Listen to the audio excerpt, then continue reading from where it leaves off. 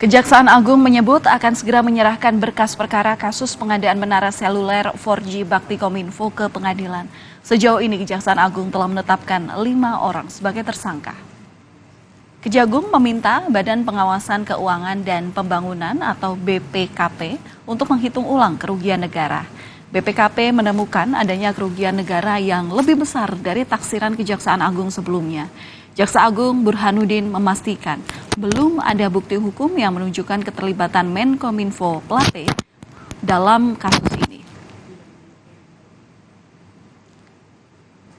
Nanti faktanya terbukti dan ada menyangkut ke beliau, kita tidak akan mendiamkan ini. Yang penting penyidik dan ada fakta,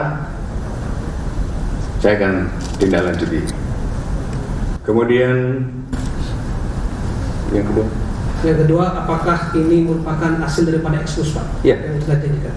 Ini kemarin kan sudah berekspos, kemudian hari ini, sebenarnya kemarin kita mendapat hasil perhitungan kerugian negara. Proyek pembangunan menara pemancar internet cepat 4G Kemkominfo ditargetkan untuk mempercepat koneksi internet di daerah terdepan, terluar, dan tertinggal atau 3T.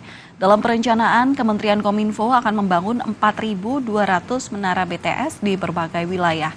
Kepala Badan Pengawasan Keuangan dan Pembangunan, Muhammad Yusuf, menyebut kerugian negara dalam kasus ini mencapai 8,03 triliun rupiah. Sebelumnya, Kejaksaan Agung menaksir kerugian negara mencapai 1 triliun rupiah. Adapun kerugian negara sebesar lebih dari 8 triliun dari pengadaan BTS 4G Bakti Kementerian Kominfo berasal dari biaya kegiatan penyusunan kajian pendukung. Ditemukan pula indikasi dugaan penggelembungan harga atau markup serta pembayaran BTS yang ternyata belum terbangun.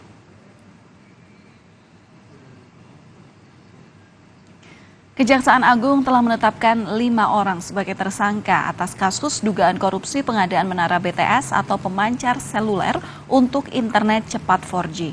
Terakhir, Kejagung ditetapkan tersangka adalah Irwan Hermawan selaku Komisaris PT Solitech Media Sinergi. Kemudian juga ada Irwan yang diduga di sini bermufakat bersama Direktur Utama Baktikominfo sehingga menjadi pemenang proyek. Sebelumnya ada Anang Ahmad Latif selaku Direktur Utama Baktikominfo yang juga telah ditetapkan sebagai tersangka dalam rekayasa lelang proyek menara BTS. Lalu ada 3 tersangka lainnya, yakni Galubang Menak, Direktur Utama PT Mora Telematika Indonesia, Mukti Ali, Account Director PT Huaitech Investment, dan Yohan Suryanto selaku tenaga ahli utama Human Development Kampus UI tahun 2020 yang diduga membuat riset fiktif terkait proyek BTS 4G.